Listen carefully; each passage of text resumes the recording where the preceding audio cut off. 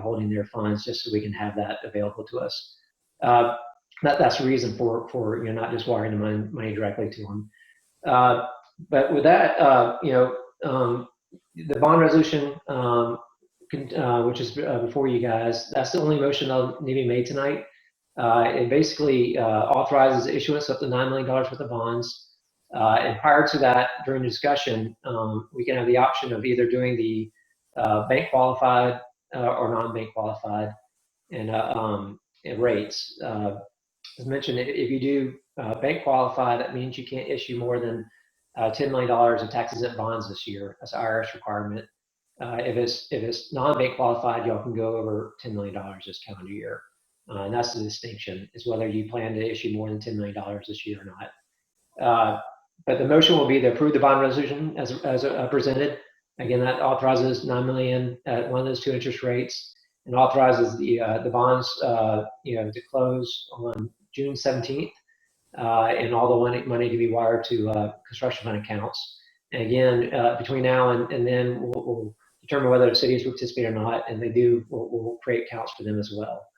But that's kind of a general overview of what we're approving tonight, and I'll be happy to answer any questions. And also Andrew Tritt, who's the placement agent for this transaction for you, for the county, is on. He can answer any of the financial questions as well for you guys.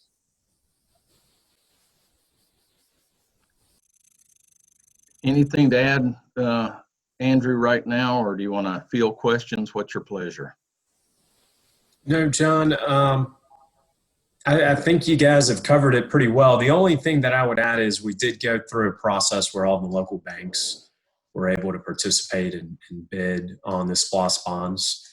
And we got responses from 6 different banks, and the low rate, whether it was bank qualified or non-bank qualified, was offered by the same institution, which is JP Morgan. So to your point, it's either 86 basis points or 95 basis points, but either are below 0, or below 1, which is pretty nice. So. Okay. I have a question. This one popped up today, and I don't want to get I don't want to take us too far off the purpose for the item here is to approve the bond resolution as presented. We'll get back to that 1 second here. The question was asking me today, Jim, these municipalities, once if they choose to participate in this, the county will establish a city construction fund, basically. That's correct. What are their requirements?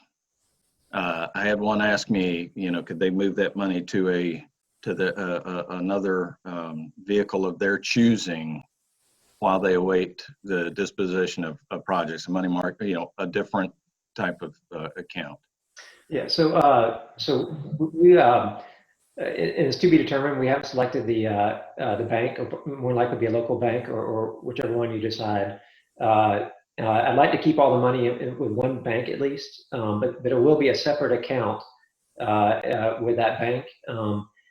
They have full rights to invest the money, and so they want to put it in the any of the investment vehicles or anything else that's authorized under law. They have full power to invest their money as they see fit, CDs or local government investment pool or whatever they want to use. They control it separately, so it's not the county making the decisions for the city. The only requirements they have is a one-page requisition, which basically says this is a requisition from the construction fund, and the money is being used for the projects authorized in the referendum for the city projects. That's basically what it is. It's pretty short form, and then they typically attach the invoices to that, and have to wire money dispersed from the bank directly to the city or to the vendors, whoever's providing the work. It's the exact same process that the county has from their account. And again, it's not meant to be overly burdensome or too many requirements. It's just purely to have some form of paper trail, have the invoices, just in case, again, the IRS audit comes in. We can pull all our invoices together. Here's a record of how the money is spent, and that's the only purpose of it. It's pretty easy process, and it's kind of what we use for pretty much all governmental bonds that we work on or financings. So that the short answer is we like to keep it all in the same bank, so it'll be all the same, requisitions going there, instead of having several different banks. Hopefully, it's a bank that's local and everyone's comfortable with. It is their account. They'll have their name on it, and the county. They don't have to come back to the county for anything. And the only thing they have to do is just have a requisition signed by an authorized representative when they submit their invoices for getting money out of that account, and that's it. Okay, follow up on that real quick. The requisition goes in, it goes into the bank itself, is that correct? They send it. That's right. So the bank itself, in connection with the request for money, they just attach a requisition and send it to them. All the invoices. So the county has no requirement for oversight of any of that. It's just No. okay. Right. I think we asked the correctional fund custodian to send a copy of it to the county just as a FYI, here's for your files. But it's no approval or nothing. The county, Okay.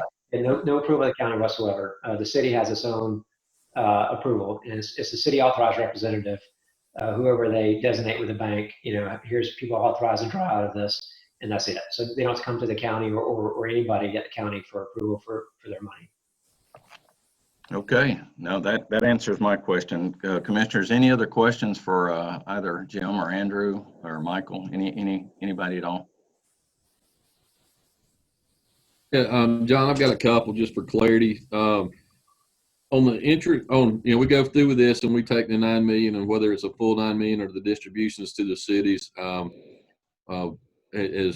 we on our side looked at, and if we have, I just don't recall, my apologies, but what vehicle or interest that we may draw on that while we're capturing before we pay out all our money? What kind of interest we could earn as far as, selling the bonds, putting up money in the bank, and taking advantage of that time delay that it would take for us to do a project, thereby offsetting a little bit of the interest cost. Right. And again, once the bank is determined and for, we can just say for our purposes, if we stayed with the bank that we deal with primarily with our general fund, at that point, any interest drawn, I mean, I would assume, would be tantamount to what we have. I don't know of the different vehicles that would be available to us. A lot of these projects are to be paid out or completed at a time that we would choose to do anyhow, the county projects. So I would think that a fair amount of that money would remain in the bank for a period of time. And then, of course, as the collection period rolls on, those funds would need to, would need to be made available or whatever for those projects. So, but in answer to your question, I mean, I can't imagine it's got to be in some, we would look to draw as much interest and put it in that account that would make it most favorable to the county. And under Georgia law, bond proceeds have a certain list of investments. Georgia is a very conservative state when it comes to government finance, which is a good thing. But bond proceeds, there's a statute that outlines what you can invest in. The one that most people use is local government investment pool, something that the state puts together. But there are other vehicles you can do with a local bank that are authorized, but they're all conservative investments. But I can walk through all those with you, and then Andrew can help out as well, and point to what other governments have invested in money in. And by the Irish rules, we need to show that the money we spent for 3 years within 3 years, at least estimated spend within 3 years. So you can collect interest for 3 years, while the money's sitting there. But we can kind of walk through those rules as well. But we can have all that to you prior to closing. Okay. I would say that there's one caveat that you're not allowed to earn more than what you're paying for arbitrage rules. That's good.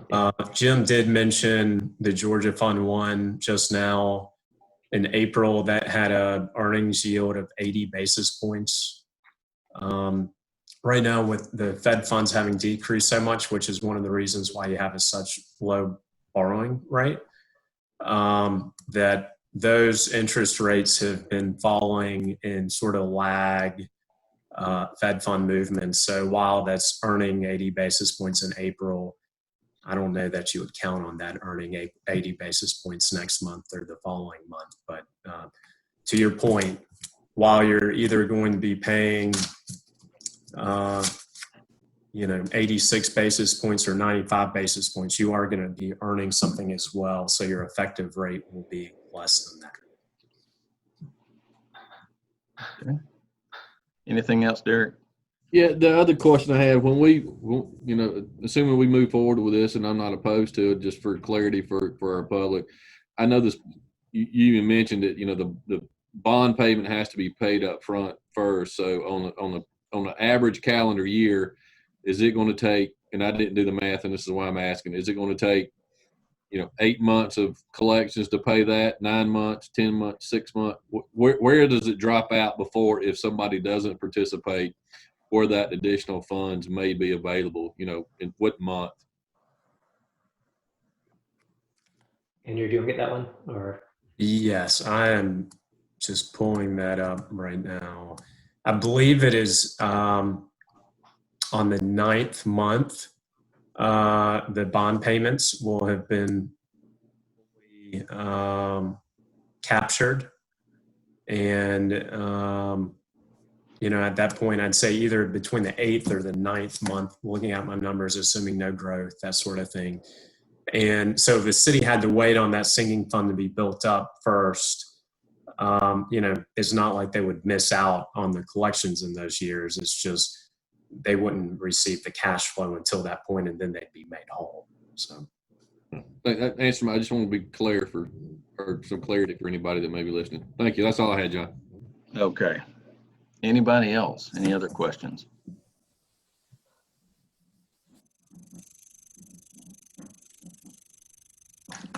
Chairman, the $29,000 difference. Basically, that do we think? I know of one project that might cause us to go over, but do you think that we'll be going over the $10 million to where we really need the 29,000, or is this something that we should do because COVID? Maybe we might need to borrow a little money either way if that project goes through or not, that kind of stuff.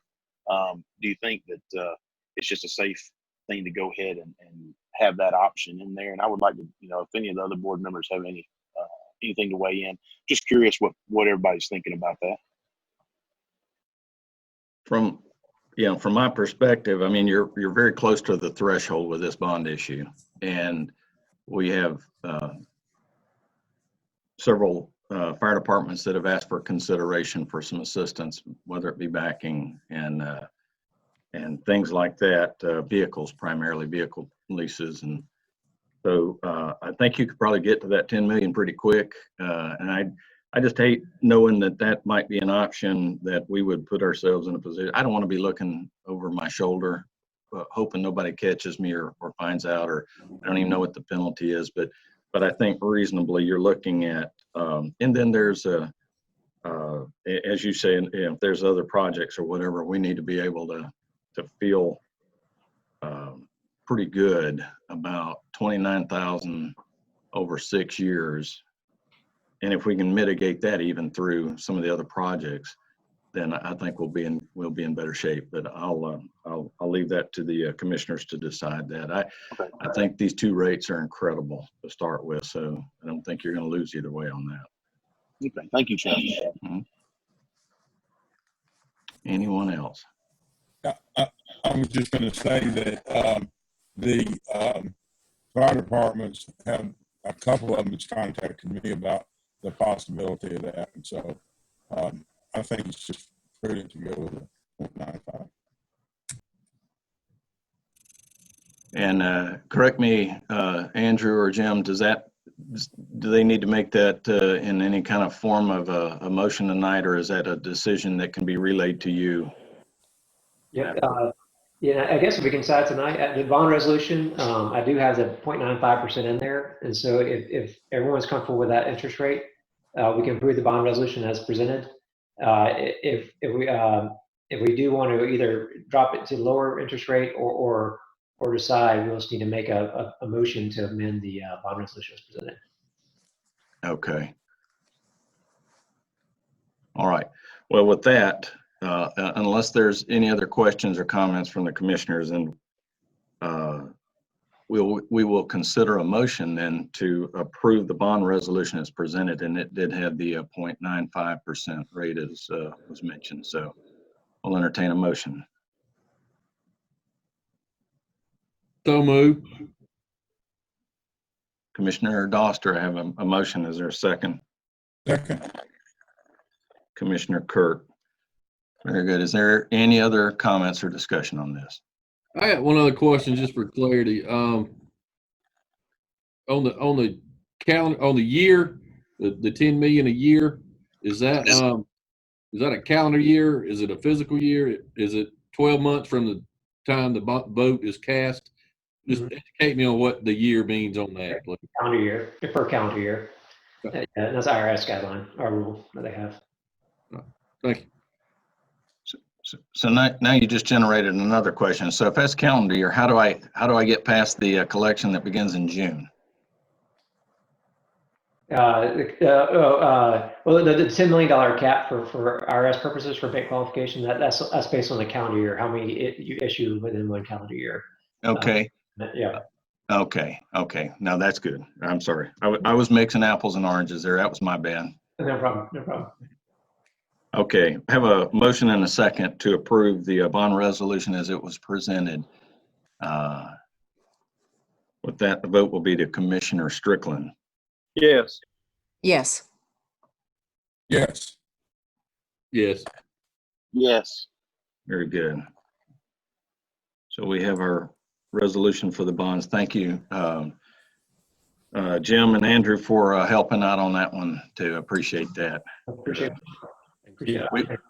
We'll proceed with our agenda. Andrew, I think unless you're just really looking for something to do tonight, you're welcome to stay with us, but I know you got a little a new addition to your family, so if you need to sign off, that's okay. Yeah, it's close to bedtime for her, so I appreciate that. But if you need anything, just let us know. All right. Thank you very much. Okay, we'll move on to our next item. We got Captain Brennan Baird is going to present a proposal for the new 911 communication system and facility. So with that, I'll turn the floor over to you. Brennan, just so you, and I think Mike has already relayed this to you. You know, we've got several requirements by way of advertising or bids or whatever, but we'll work through that. But I think at least for their purposes, if you could cover basically what you're proposing on the system and everything, okay? Take it away. Well, I'm not good with the camera, so hopefully everybody can hear me. I'm here with Sheriff Moore and Chief Deputy Bonds in here somewhere. But we've all looked over it, looked into the options and the issues that we have. I made sure to forward you guys the proposal so you could look it over, take a peek at it, see what's in it, see what some of the issues we're having are, and what some of those solutions are. Also, there should have been some audios from recent radio traffic that I wanted you all to listen at so you could more accurately hear and experience what it is we're talking about. This is not a new issue. This has been an ongoing issue for several years now. It's just been pushed off because it hasn't been a priority.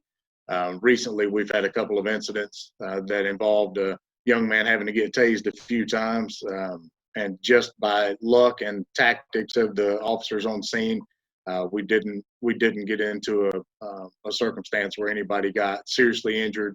But it certainly could have been a situation where that could have taken a turn for the much, much worse. So I don't want to, again, take up everybody's time. Hopefully you've all looked at that proposal. So some of the things I want to make sure you get out of that proposal is that this is not a fly-by-night. This is what I think we ought to do, and tomorrow we're going to vote on it.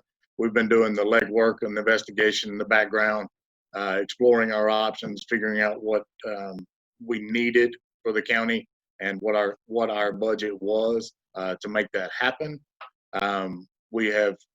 I have personally met with all three of the vendors that provide a version of this radio service to this area. There are several in the country, but there's really only three in our immediate vicinity that provides this.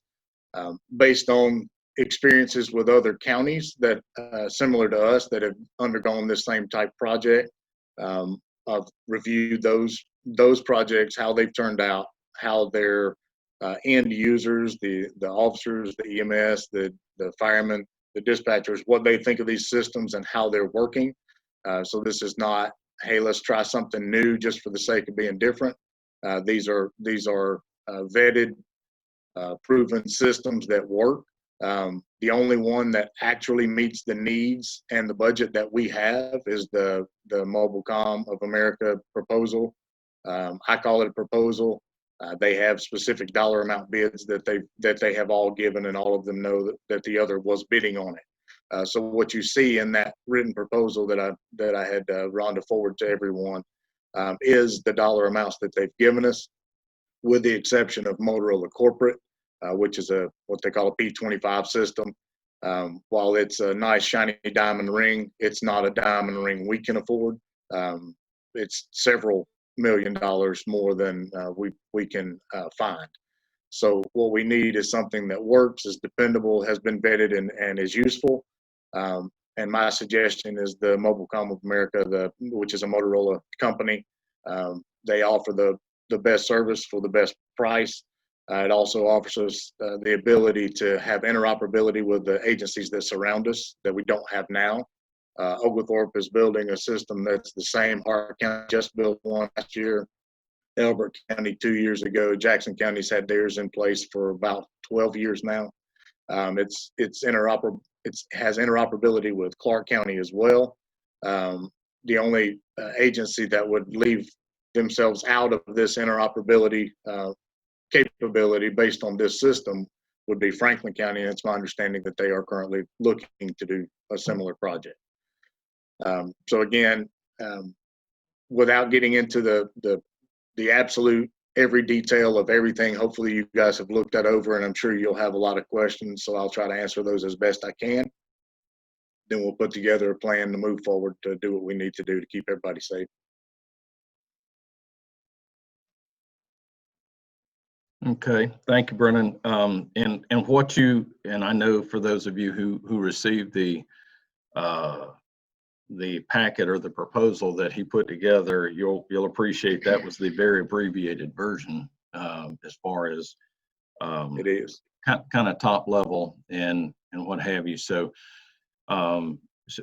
so again, with these thresholds, the county is bound to having a proposal. What it does for us, though, is it helps craft an RFP, or it helps craft the vehicle that we need to go out and solicit a service.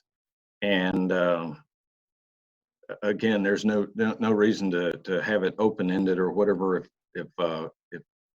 if we know certain thresholds have to be maintained.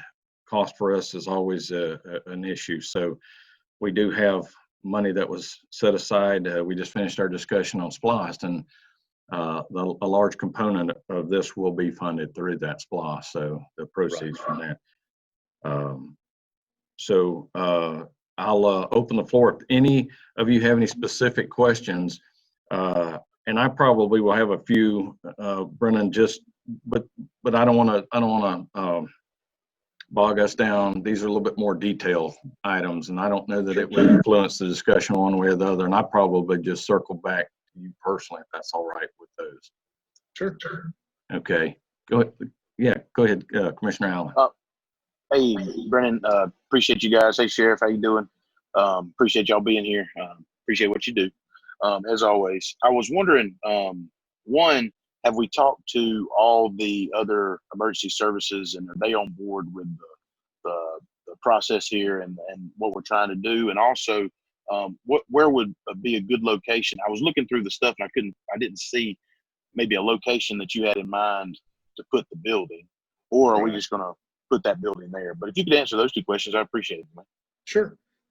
We have met, and the fire departments and EMS have been actively involved in this process. They've attended many of the meetings that we've had with vendors. The sheriff and I actually sat down with the Fire Chiefs Association and laid this very proposal out to them, and they took a vote to support that, and actually did vote to support that process moving forward. The only question they had initially was, how was this new system and the new platform going to affect their pagers? We've ironed that out so that on the user end, it won't change anything. The pages will still go out the same. On our end, it'll change dramatically. It'll be much more simpler of a process. But on the fireman side, on the first responder side, EMS side, none of the tones, paging, or anything like that will be any different. They'll work just like they are. As the second part of the question you had about the location of the purpose-built building, the ideal place, at least in our minds, is here next to EMS, where we can use the existing parking lot.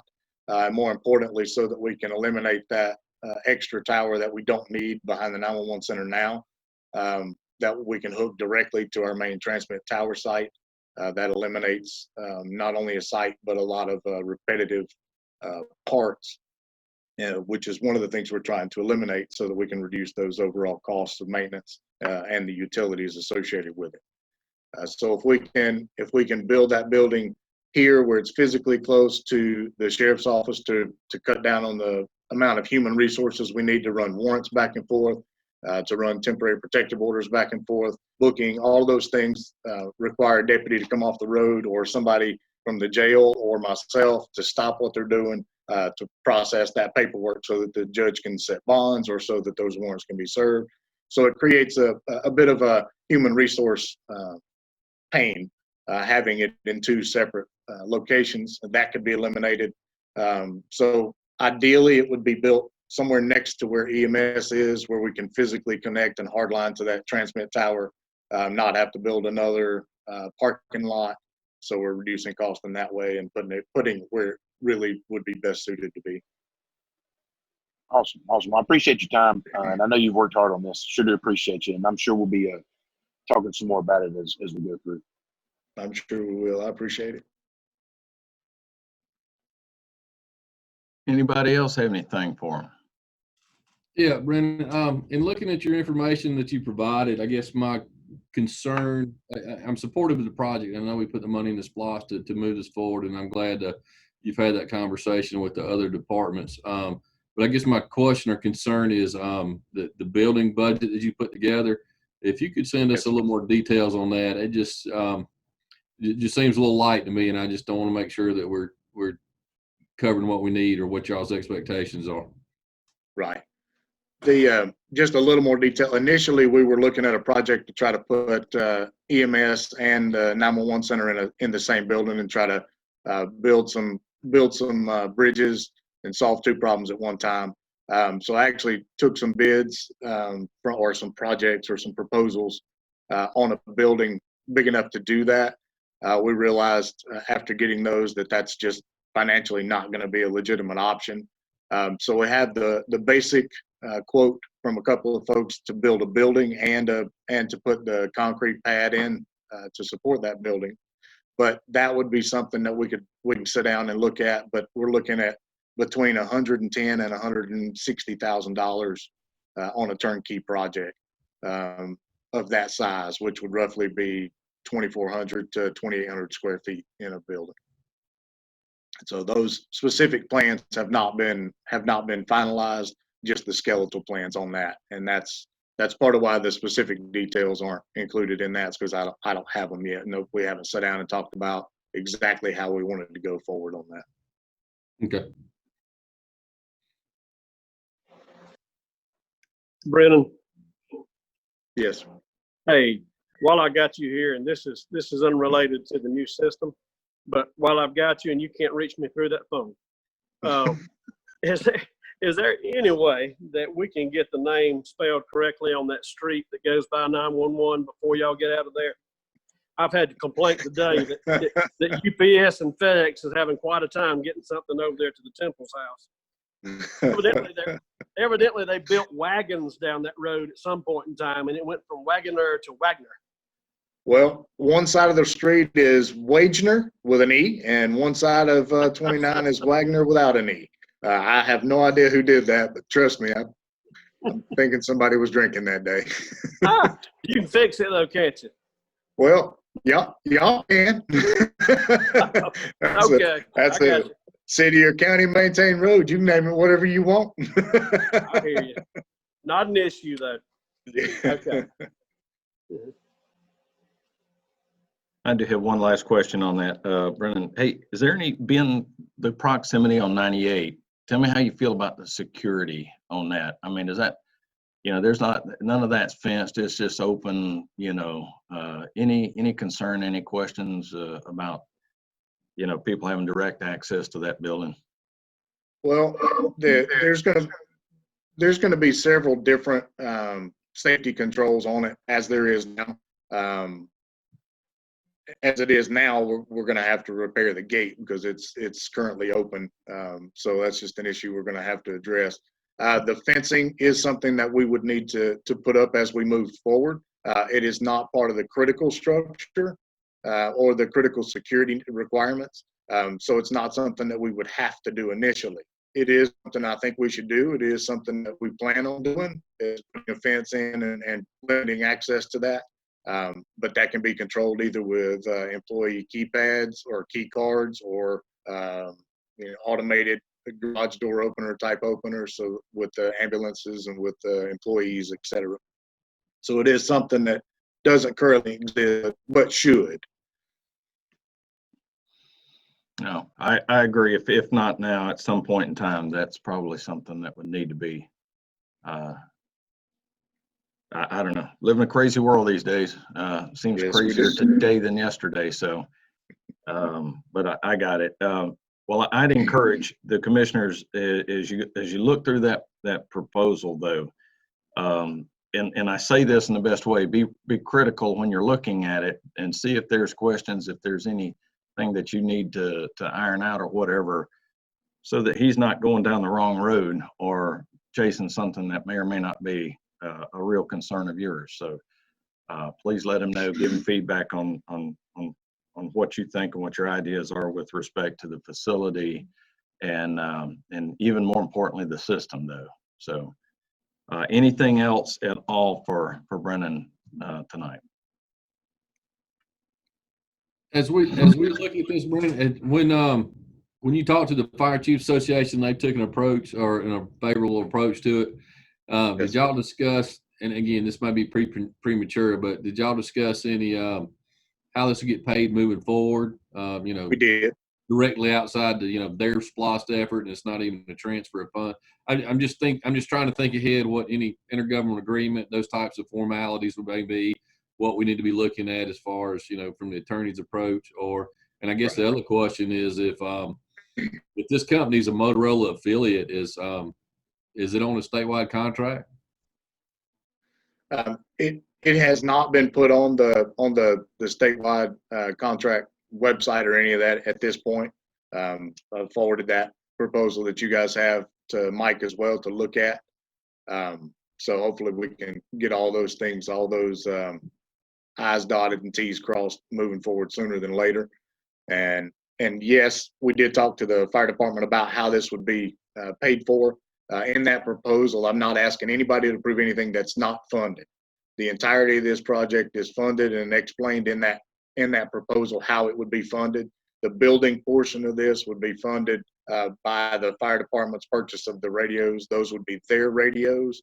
We have the intergovernmental agreements in place already.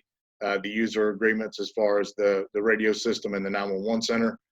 All those things already exist. None of that would change.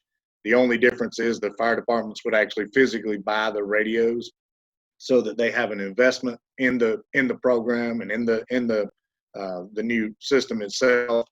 Also, so that they have some buy-in physically and mentally.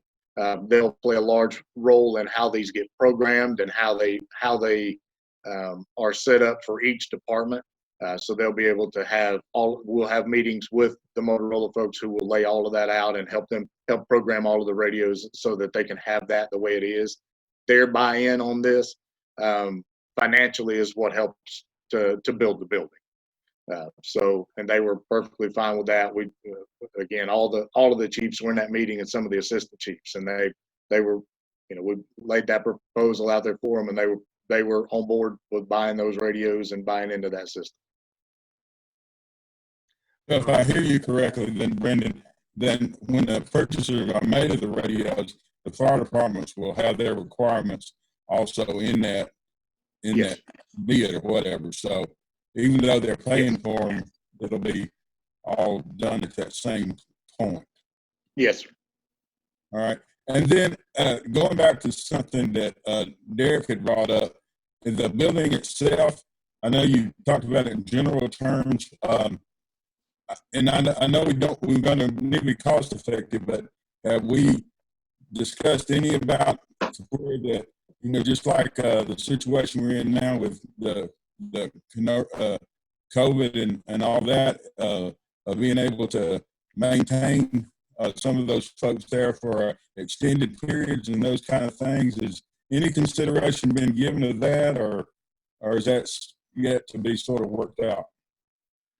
Well, to be honest with you, that was not something that the original plan had. The new building, the ideal building that we would build for this purpose would have an area for that. Worst case scenario, it includes men's and women's showers and restrooms, so that need would be met, and also, if necessary, a bunk area. Or a room that could be multi-purposed and used for that. We currently don't have any such thing. We have a small bathroom for males and females, and we don't have any space left over for anything.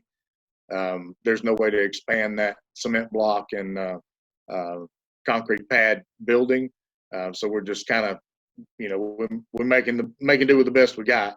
It has an extreme number of limitations. Hopefully a purpose-built building will help us solve some of those problems. Captain, if I could just jump in a second. Commissioner Doster mentioned something that could help us streamline the process, and I had not thought about this until he said it. You might want to check with Georgia Department of Administrative Services and see if the components of this system are already on a state contract with a set price with DOAS. If so, that's an exception to our bid RFP requirements in our county purchasing policy. If we can just piggyback on that state contract, I don't know if they are or not, but I think that's what Commissioner Doster was asking. Right. And they probably are. They provide this same service for literally hundreds of agencies all over the Southeast. So they probably are. Okay. I'll check with their representative first thing in the morning and find out. I'll let you know. It's great. Thank you. And if they're not actually listed on a Georgia, find out where they are, because I believe Georgia state law, Mike will have to check me on this, but I believe state law allows other negotiated contracts with other states can be utilized by the state of Georgia. That's right. And actually our county policy, we carved out not only governmental agreement, but not only state contracts, but any governmental cooperative purchase agreement. So if they're listed on any cooperative purchase agreement with other agencies or groups of agencies, we can piggyback off of that. Okay. I'm sure they are. I'll double check that and I'll let you know first thing in the morning.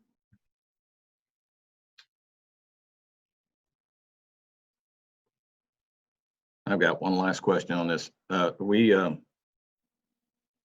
have a feel. I know it's early. You've been looking at it a while. The commissioners are looking at it now. Got a few homework items here. Homework meaning it's just perhaps something that Sure. might streamline or might shorten the process here. But what kind of timeline, or I know it's immediate is always best. But I'm just curious, what's a realistic time frame or whatever to look to start a project like this? From our standpoint, we're set to go. The MCA says as soon as we decide that that's what we want to do, if we start this project in July, it'll be ready by Thanksgiving. The slowest part of this project would be building the building. The radio system itself is looking at a 3 to 4 month tops turnaround between shovel in the ground and function.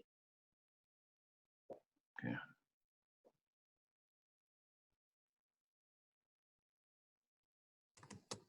Brennan, staffing would remain the same Yes, ma'am. okay. And the same number of radios. You said 450. Yes. Okay. Yes, ma'am. It's the dollar amount that they proposed includes all the radios that exist currently in fire departments, EMS, sheriff's office, and everybody else. Those were audits that were done from them. That number may have changed a little bit. I know we've bought a few radios. The EMS bought some radios. The fire department has bought some radios, all compatible with this potential system. So some of those numbers may be a little different. So ultimately, that dollar amount may be a tad bit different in the end. But from Sure. the staffing end, look, I ain't gonna lie to you. I could keep 2 more people busy all the time. Mhm. But I also know we don't have the money for that at the moment. So current staffing would stay exactly as it is moving forward. Great. Thank you. Thank you. Okay. Anything else? We'll give it a few weeks here, talking back and forth, and see how we progress throughout the month, and see when we need to revisit this by way of a meeting to act on. Is that fair enough? Y'all got my cell phone number as well. So just if you got questions, call and let me know, and I'll get in touch with Mike as soon as I talk to the mobile comm fellow in the morning. All right. Anybody have anything else for Brennan? Well, thank you, Brennan. We appreciate it. Thank you. y'all. We extend you the opportunity to hang with us too if you want to, but I'll understand if you don't. Well, as long as you understand. Noted. I See appreciate ya. it. Thank All y'all. right. Bye now.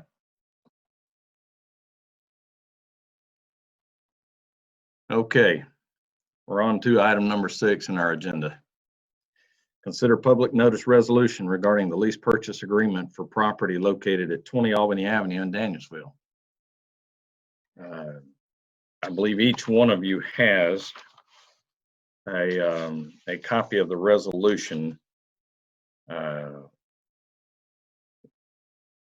We would need to have this out there, and it would need to be at least 2 weeks prior to a public hearing that would be held. And I believe it was the board's direction, should we decide to move forward, that they would hope to have a public hearing in conjunction with a scheduled meeting. So that would most likely, the timing would work out if, again, the board chooses to coincide with their June 29th meeting. So I will, I think I'll back out of the way here.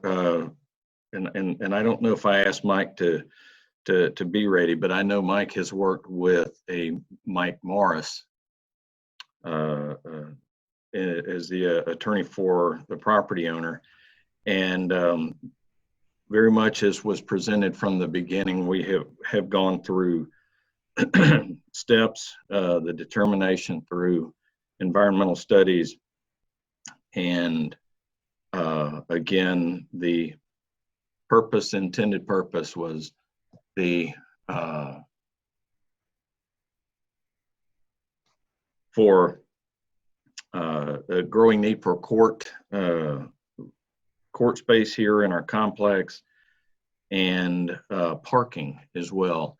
A recent change, and I think a very good and appropriate modification to our building was to basically close off the north end, or what we refer to as the back side of our building over here, to public entry, and have the public enter through the front. Well,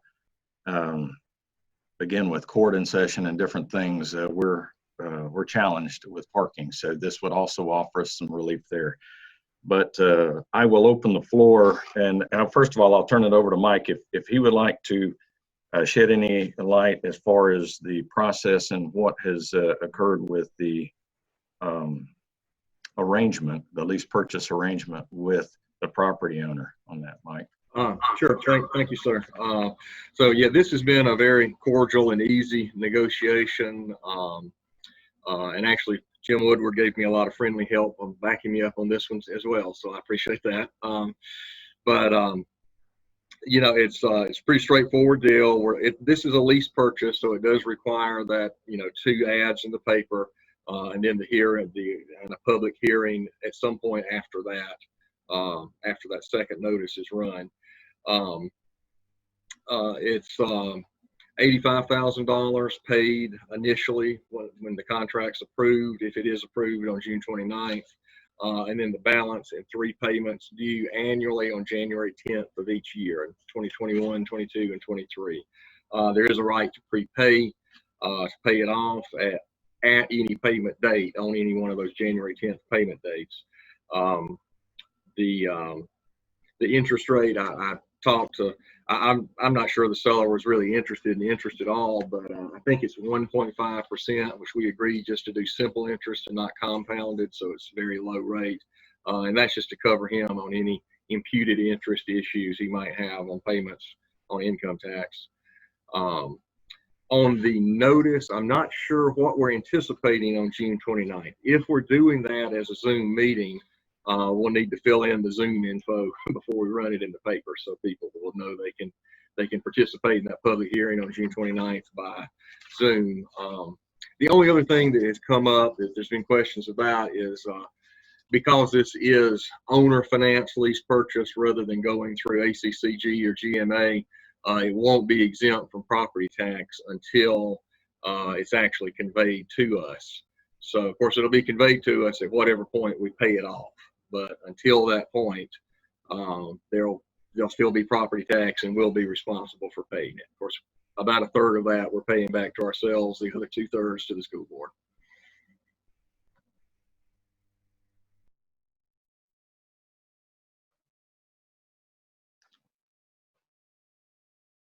Are there any questions specifically for the contractor for the lease purchase arrangement on this?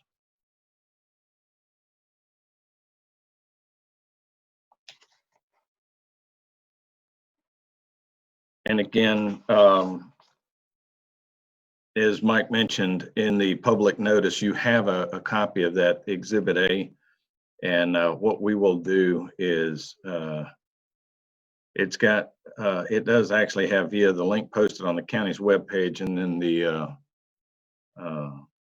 URL as well. So are you looking at that by chance, Mike? Is that what you were referring to? You might. Yes, sir. That's right. So does that look adequate to you? I just want to make sure that what they're looking at is right, is consistent with that. Yes, that's right. I see you. Yeah, exactly. We'll either be at the complex or by Zoom virtual conference. Just pick which one of those we're going to be doing on the 29th. Okay. So I believe that the commissioners have the other. Is that correct or not? Okay. We have a revised what you're asking for right here though, and it does actually list the URL. And I'll make sure that the commissioners. I'm sorry. Okay, I didn't know that. And I'll make sure that that gets out to each of you as well. But I think to your point, we have that. We do have that address too. So very good. Any other comment? Well, anybody have anything else before we proceed with the vote by chance? And just to clarify, what you're voting tonight is just to this resolution to publish the ad, and then on the 29th you'll have your public hearing and vote on the lease purchase agreement itself. Correct.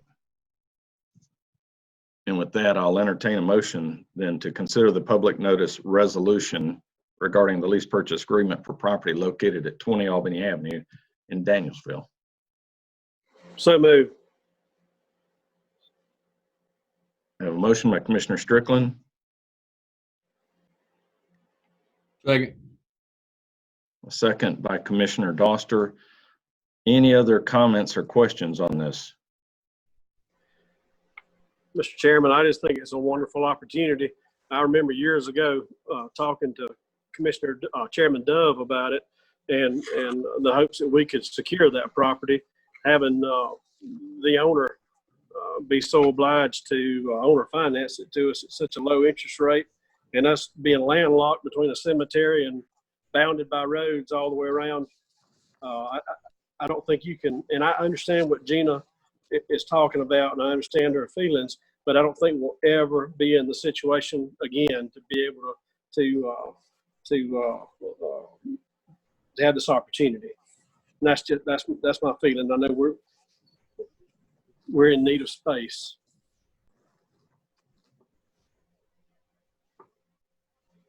And I believe that was the board's intent by trying to float this or to stretch the payment out on this, was not to take on a large burden on any one year. And that was accomplished pretty much by this lease purchase. So, well, very good. Any other comments? Any questions? I have a motion and a second to approve or to consider the public notice resolution. So with that, the vote goes to Commissioner Strickland. Yes. Yes. Yes. Yes. Yes. Very good. Okay. Thank you all for that. On to item number 7, discuss 2021 agreement with the Public Defender's Office. And again, each of you has a copy of the breakdown or and I believe Mike sent out an email explaining how this was actually a slight reduction, if I remember right. Yeah, I think it's actually about a $5,000 a year reduction. We went down slightly on our percentage as allocated among the 5 counties, but the bigger reduction is just because Mr. Wasserman saved a little money and he reduced his overall budget request this year.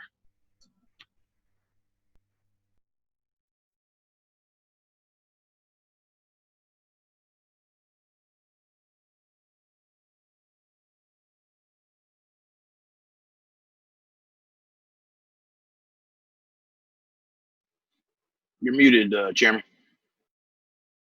Doggone that. I've been called a mute before too, so I'm hoping that's what I was called. Any other comments or questions on this before we move on to the last item? Is in my package, I got one sheet of paper that's labeled Agenda 7. At the bottom of that page, the last sentence talks about indicated as follows. And I was curious if, there was additional information that was supposed to be provided showing how that's broke down, what that money goes for. Is that There is, and I'm not sure if I can pull it up right now. Rhonda might be able to find it, but yeah, Harvey got us the all you have is Exhibit A. So there's the contract itself, which is unchanged from all the prior years, and then there's an Exhibit A that shows how the budget, the line items for the budget, how the money's spent. And excuse me, we do have a copy of that, and we'll make that available to you tomorrow as well. Of course, again, for vote on at the end of the month, but it does, as Mike stated, it has a breakout of all of that information. Thank you. All right. I don't hear any other comments. We're going to move on to the last item, which is really quick because this is more of a reminder that we've received correspondence from the library that several of the members of the trustees are stepping down, and to include Mike Moak, who has been a longstanding member there. Ms. Ramona Booth is coming off of that. And so more to follow on that. We do not have any, they did not propose any names or haven't, at least haven't sent us anything yet. they do know that we meet at the end of the month, and we'll be looking for those positions. So I just wanted, for those that may have interest in that, if you want to reach out to them and share a possible person of interest with them, that would be great. So, okay. Roads updates. Anybody got anything at all that I need to? I got Commissioner Allen. I've got a Mr. Terry Hartley on Stapler Road that talked to me today, and I got plans to try to go out there and visit with him tomorrow sometime. Okay. Good. Sounds good. Yeah, I just wanted to, they worked on Lloyd and Elms and doing some other stuff for me over here too. I've been working them hard, so I sure appreciate it. And they're supposed to have Lake Deerfield up and running pretty soon too. So I know they've been working on getting those back together. So sure do appreciate their hard work. But yeah, let me know about Staple Road and what goes on. All right. That road is always having issues. It's dirt, and we know how dirt does, especially when it's hilly and rainy. So, but. That's right. Anything else? Mr. Chairman, I got a call for two different areas. One, of course, Wagner's Grove, Church Road. If we could spot check that. They didn't say. They just mentioned there were several spots. If we could just spot check the kind of roughness on a couple of those with the washes, and then have an ongoing question on Charles Hart Road where they replaced the culvert, where that patchwork was done. It seems that road is just seemed to be sitting there, and to be honest with you, I thought it was a city issue at first, and I've been told it was our issue. So if we can double check on getting that fixed up and finish that project and move on. Timber Lane off AC Carey too, Mr. Chairman. That's an ongoing issue. I got it. Got them all. Got them written down here. Anything else?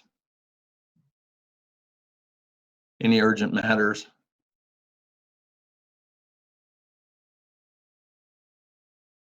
All right. Executive session, Counselor.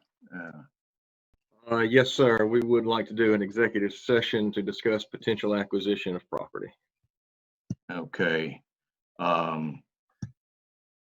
We'll go ahead and take a vote on this first, and then for those folks that are joining us, if you'd like to stay, what I'll do is I will actually put you in our waiting room, and as soon as we're complete with the executive session, we will come back to the public meeting, and I'll reintroduce everybody back into that room. So as part of the motion to enter into executive session, I'd like to include Mr. Jim Woodward as part of the team that comes into the executive session with us tonight. Do I have a motion? So moved, Chairman. I have a motion and a second. Second.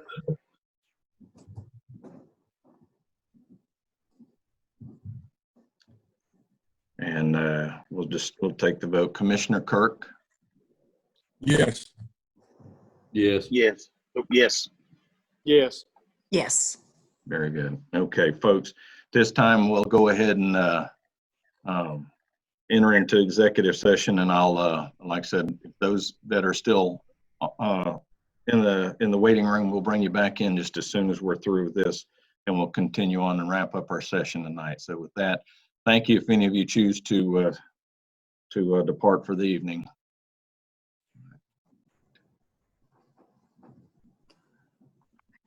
It is 8. Okay. All right, we're back in our public meeting, and so the first item will be for the board to approve the minutes from executive session. Do I have a motion? Motion to approve. I have a motion Second. and a second. Commissioner Kirk, we'll start with you, sir. A vote. Yes. Yes. Yes. Yes. Yes. Okay. And the item that we added to our agenda then is to consider a public notice for proposed lease purchase for DFAX facility. Do I have a motion on that? So moved. I have a motion. Second. Are there any questions or comments about what that motion was about there? Does everybody's clear on that? Just to get public comment on the situation at hand. I understand. Okay. And I'm not, for the two people who are listening, one being your wife, the public hearing date is June 29th. There you go. There you go. So we will have that public hearing on the 29th. That is correct. It will be conducted during the course of our regularly scheduled meeting. So, right. Very good. Thank you. I appreciate the board's patience here. Anything else that anybody has, or are we ready to adjourn? Motion to adjourn? So moved. We are adjourned, folks. Thank you so much. Jim, thank you. Appreciate your help today. All right, thank you as well. Appreciate it. Thank you. Thank you. Take care. Thank Bye. you, Mike. See you Yes, sir. guys.